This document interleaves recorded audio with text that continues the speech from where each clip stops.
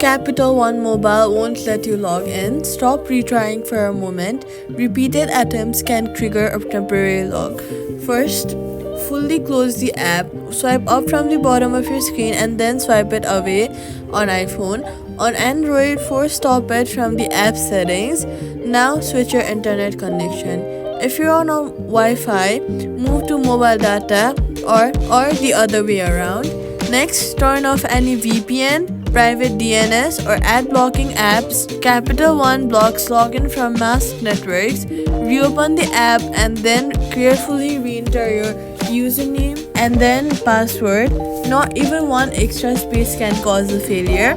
If it still won't work, use the forgot username or password option instead of trying again, and that's the safest way back in. Once logged in, enable biometric login to avoid future login issues, and that's it.